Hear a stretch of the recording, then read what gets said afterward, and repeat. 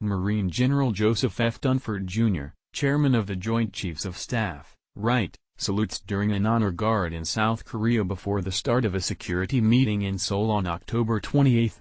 Navy Petty Officer First Class Dominique Pinheiro / Defense Department Joint Base Pearl Harbor, Hickam, Hawaii. President Trump last month agreed to send more of the Pentagon's strategic assets to South Korea on a rotational basis to deter North Korean provocations, but what exactly that means remains something of a mystery. The U.S. assets, typically defined as submarines, aircraft carriers, nuclear weapons, or bombers, have long been involved in a standoff that began with the 1953 Korean Armistice Agreement after open warfare subsided between the two Koreas.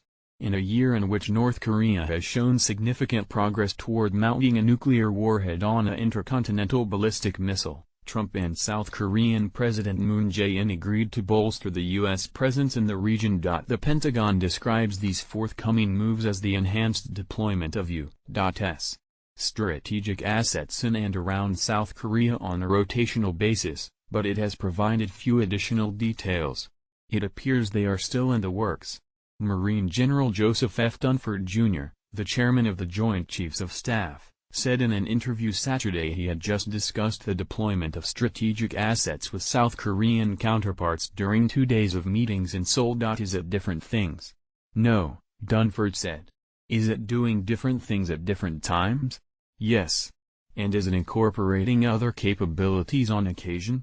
Yes. Dunford declined to detail what might be used, but said the discussion centered on combining the 28,500 U.S. troops based in South Korea full-time along with annual exercises and our occasional rotation of forces to bolster deterrence against North Korea.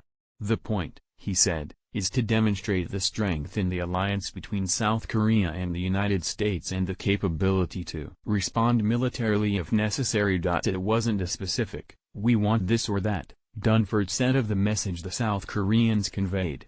It was more of a conversation about exercise cycles, patterns of deployments and so forth that would most enhance. Defense Secretary Jim Mattis has been even more vague. Asked Saturday at a news conference in Seoul if strategic assets will stay on the South Korean peninsula for a fixed amount of time, he declined to answer. Regarding our strategic assets, they are global in their positioning, he said. They are global in their reach, and we are quite assured that they are in a position to be responsive. So, that's all I've got to say about that. Defense Secretary Jim Mattis and Marine General Joseph F. Dunford, Jr., the chairman of the Joint Chiefs of Staff, participate in an honor guard welcome ceremony with South Korea officials at the Ministry of Defense in Seoul on Saturday, October 28, 2017.